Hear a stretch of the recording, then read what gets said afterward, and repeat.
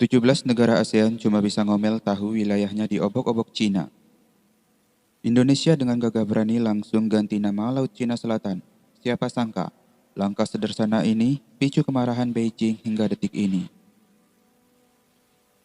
Hingga detik ini, konflik yang dialami Cina tak membuat negara tersebut berusaha mendinginkan suasana. Apalagi konflik yang berkaitan dengan Laut Cina Selatan akhir-akhir ini. Cina kini bergerak untuk merebut banyak wilayah dari negara-negara yang berbatasan langsung dengan mereka. Tak hanya perbatasan darat seperti di Ladakh, Himalaya yang bersinggungan langsung dengan India. Kini Cina kembali berulah di perairan termasuk perairan Laut Cina Selatan yang kini semakin memanas. Setidaknya ada 18 negara yang sedang berkonflik dengan Cina saat ini termasuk Indonesia mengenai perbatasan wilayahnya. Hampir sebagian besar negara-negara di Asia Tenggara ASEAN kini sedang bersengketa perairan dengan Cina. Di Laut Cina Selatan kini, ketegangannya semakin meningkat dan membuat negara adidaya Amerika Serikat bergerak. Amerika Serikat setidaknya mengirim 3 kapal induknya ke Laut Cina Selatan dan sejumlah prajurit angkatan lautnya diterjunkan di pintu masuk ke wilayah tersebut.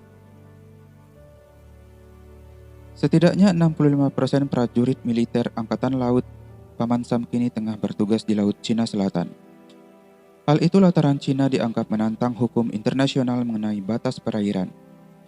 Kini genderang konflik di wilayah perairan Asia Tenggara yang membuat negara-negara ASEAN pun harus terbagi fokusnya di tengah serangan pandemi virus corona.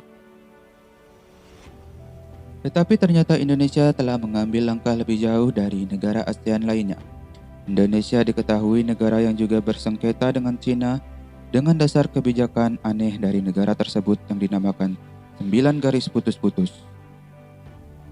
Meskipun sampai beberapa kali berselisih di perairan yang dilewati jalur pengiriman global, sekitar sepertiga dari total pengiriman barang via laut dalam setahun. Tercatat beberapa kali konflik di perairan yang disebut memiliki sumber cadangan minyak dan gas senilai 2,5 triliun US dollar.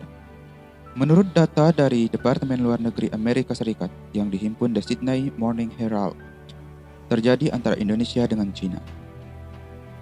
Melansir Kompas.com, banyak faktor yang melatar belakangi konflik tersebut.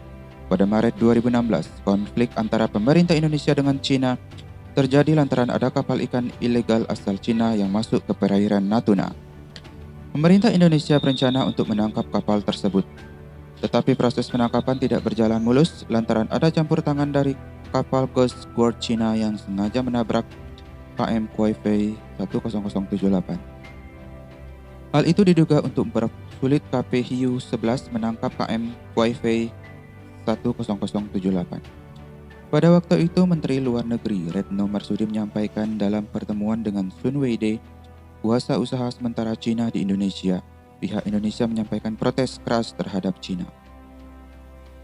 Sebulan setelah konflik tersebut, pemerintah Indonesia menganggap persoalan antara Kementerian Kelautan dan Perikanan RI dengan Coast Guard Cina di perairan Natuna sudah selesai. Kemudian pada Juli 2017, Kementerian Koordinator Bidang Kemaritiman meluncurkan Peta Negara Kesatuan Republik Indonesia NKRI baru. Nama Laut Cina Selatan juga diganti menjadi Laut Natuna Utara.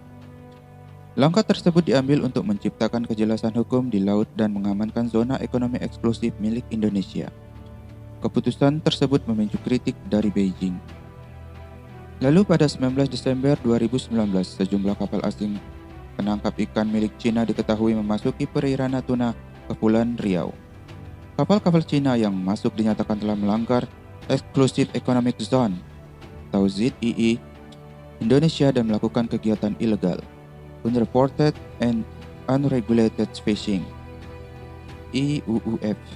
Selain itu, Coast Guard Cina juga dinyatakan melanggar kedaulatan di perairan Natuna.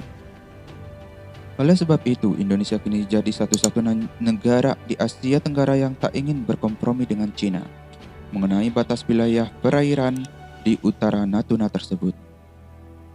Sekian.